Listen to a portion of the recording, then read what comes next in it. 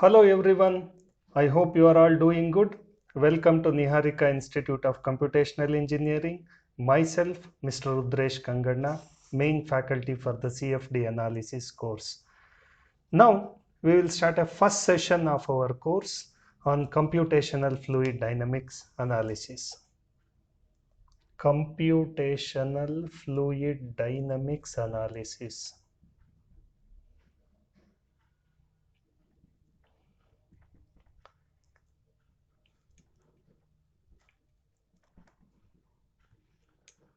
What we normally call it as CFD analysis. Computational fluid dynamics analysis. One thing we have to notice here, we are dealing with fluid dynamics. That means we are concentrating on moving fluids, not static fluids. We are concentrating on moving fluids. Now, the first thing I would like to start with is the conservation principles for fluid dynamics. Conservation principles for fluid dynamics. These are natural principles. First thing is conservation of mass.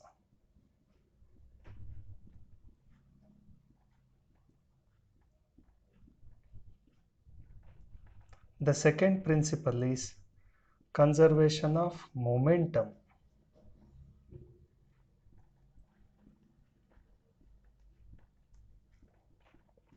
The third conservation principle is conservation of energy.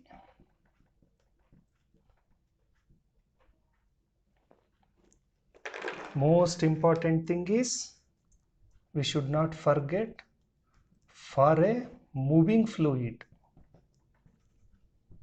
that is what is called fluid dynamics. In the first session, I am going to focus more on understanding conservation of mass.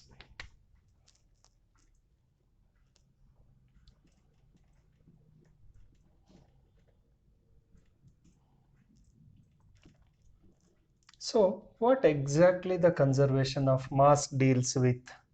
I will take an example of any simple engineering device which involves fluid dynamics. I will take an example of a nozzle. Nozzle is basically energy transformation device or energy conversion device. What do you mean by energy conversion device or energy transformation device?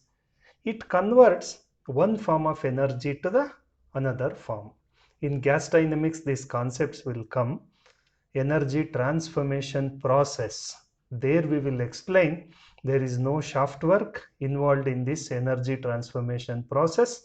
It's only conversion of one form of energy into another form of energy. In that, the best example we take is nozzle. So for Mach number less than 1, the converging passage will accelerate and acts like a nozzle. Nozzle purpose is to accelerate the flow. Section 1 is an inlet. Section 2 is an outlet. To be more specific, this is section 1, this is section 2. For the purpose of understanding, we can take any other section in between, call it as section A. I would like to take one more section, I will call it as section B.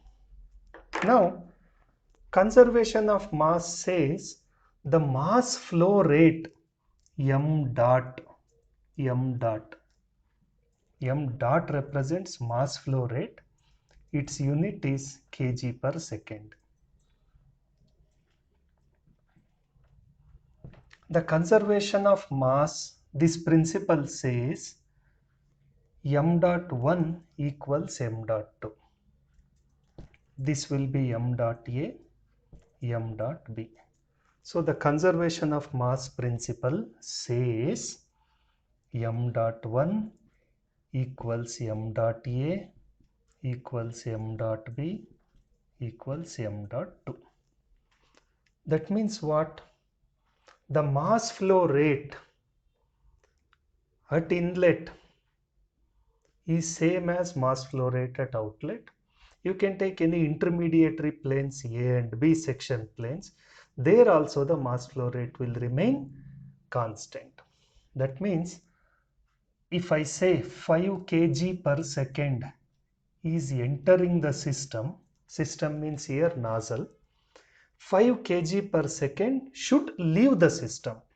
I repeat, 5 kg per second entering the nozzle at inlet equals 5 kg per second leaving the nozzle at the outlet. In between I have taken two imaginary planes A and B. There also if you use proper instrument and measure the mass flow rate, it will be 5 kg per second only. That is the concept of conservation of mass. Now let us understand little bit more about the conservation of mass. One thing we have to remember here, conservation of mass doesn't bother about losses in your fluid dynamic system, or in other words, it doesn't bother about efficiency of your fluid dynamic system. It doesn't bother. Mass conservation principle doesn't take into account losses in your fluid dynamic system. Whether the nozzle conversion efficiency is 10% or 20% or 100%, mass conservation doesn't bother about it. It says irrespective of the efficiency or losses, if 5 kg per second is entering in your system, then 5 kg per second should come out of the system. I repeat, 5 kg per second of the fluid mass entering your system should be equal to 5 kg per second of the fluid mass leaving your system. It doesn't bother about the losses in your fluid dynamic or thermodynamic device. So the mass conservation is simple and straightforward. Now we need not make any effort to achieve mass conservation. It will automatically and naturally happen.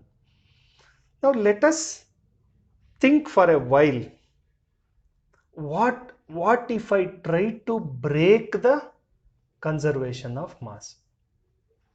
I would like to make an artificial experimental setup. My whole intention is to break the principle of conservation of mass, what nature has created. I try to go against the nature. I will make an artificial experimental setup to break the conservation of mass. Now let us see what consequences it will result in. The first case I will take, the same nozzle I will take. I will supply 5 kg per second of air at inlet, but somehow artificially I will create an experimental setup and somehow I will ensure that only 2 kg per second is drawn out. 5 kg per second is supplied to the system, 2 kg per second is what is drawn out of the system. Then 3 kg per second will keep on accumulating inside the nozzle. At any given instant of time, 3 kg per second, 5 minus 2 equals 3. 3 kg per second will keep on accumulating inside the nozzle, and as a result, the fluid pressure inside the nozzle will keep on increases. At some particular instant of time, the fluid pressure inside the nozzle will exceed the structurally designed pressure which the nozzle wall can withstand. Then what will happen? Explosion will happen. Nozzle walls will get exploded, and failure of the nozzle will happen because of explosion, which is, we can term it as an accident or undesirable effect. Second thing, the second example also I will take the nozzle only, but in this case my inlet will be 5 kg per second, but outlet of the nozzle I will connect it to a huge suction creation machine, which is similar to vacuum creation machine, what we call it as turbomolecular pump kind of things, which is having a suction capacity of 25 kg per second. My supply is 5 kg per second, but outlet I am sucking 25 kg per second.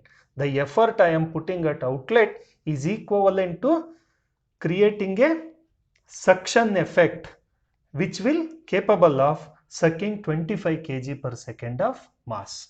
Then what will happen? A negative pressure will build up inside the nozzle and the nozzle wall will collapse. This also will lead to undesirable effect. We can term it as an accident. So if we try to break the natural principle of conservation of mass by artificially putting all experimental infrastructure and other things to with an intention of trying to break the conservation principle of mass, either explosion will happen or collapse will happen. Both we can term it as industrial accidents which are undesirable effects. So mass conservation is naturally created. We need not do anything. It will automatically happen. And mass conservation doesn't bother about any losses in your fluid dynamic system. If you take an example of a combustion chamber, CC means combustion chamber. If this is the mass of air which is entering your combustion chamber, and this is mass flow rate of fuel which is added, and this is m dot outlet. M dot outlet equals m dot air plus m dot fuel. Outlet gases, we will call it as normally combustion products or burnt gases or flue gases. So mass of combustion gases at the exit of the combustion chamber equals mass of air what you are supplying plus mass of fuel. That means if you supply 2 kg per second of air and 100 gram per second of fuel, then 2.1 kg per second will be the burnt gases mass flow rate at the outlet. So to sum up, mass conservation is a natural principle. It will automatically happen and it doesn't bother about any losses in your fluid dynamic system, or it doesn't bother about any efficiency of your engineering system. Irrespective of the efficiency, mass conservation will happen. If we try to break the natural conservation by some artificial means, it will result in explosion or collapse. Both have been termed as industrial accidents. Okay, that's all about the mass conservation principle. In the next session, I am going to explain about momentum and energy conservation, and momentum and energy conservation are going to talk about various losses in the fluid dynamic system. Since mass conservation doesn't bother about any loss, the terms, right hand terms of the Navier-Stokes equation for the mass conservation equation in the Navier-Stokes set of equations, the right hand terms are 0 for mass conservation equation, because the right hand terms represents the viscous terms which contains the terms which represents the losses. Since mass conservation doesn't bother about any losses, the viscous terms in the Navier-Stokes equations are 0 for mass conservation equation. Thank you. Have a good day. We'll meet again.